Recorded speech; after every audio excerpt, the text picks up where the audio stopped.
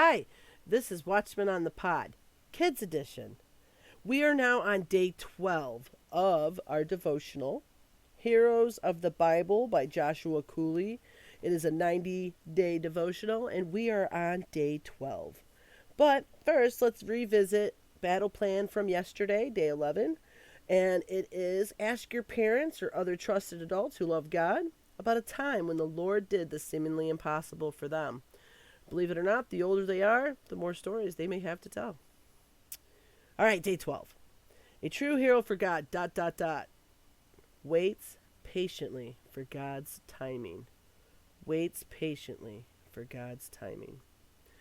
A hero's tale. Tick-tock, tick-tock.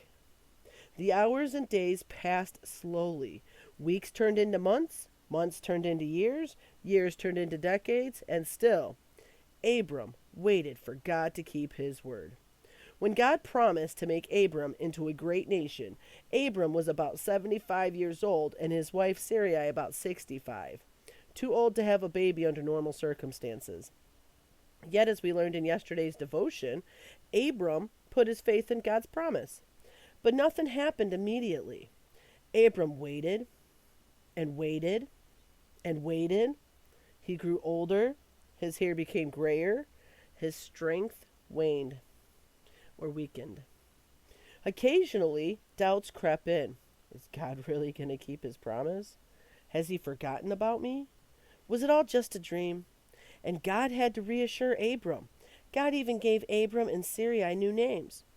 They became Abraham and Sarah, as a sign confirming his promise. Finally, when Abram was 100 years old and Sarah was 90, God gave them a child, baby Isaac, the son of the promise.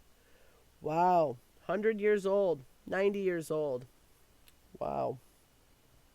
Decoding the message. Abraham waited a whopping 25 years for God's promise to be fulfilled. That is a long time.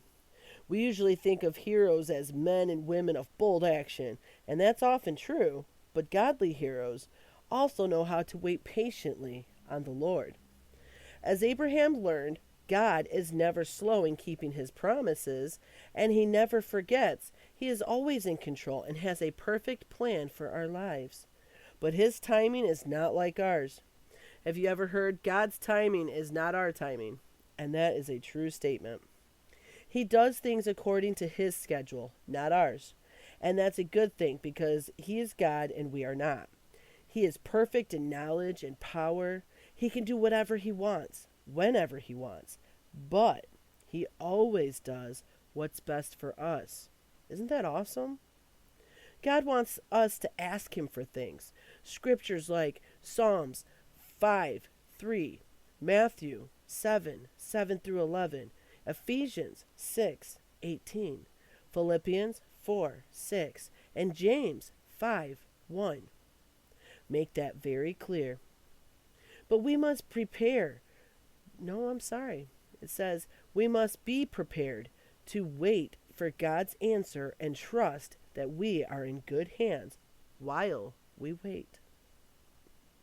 During the waiting period, God teaches us important lessons.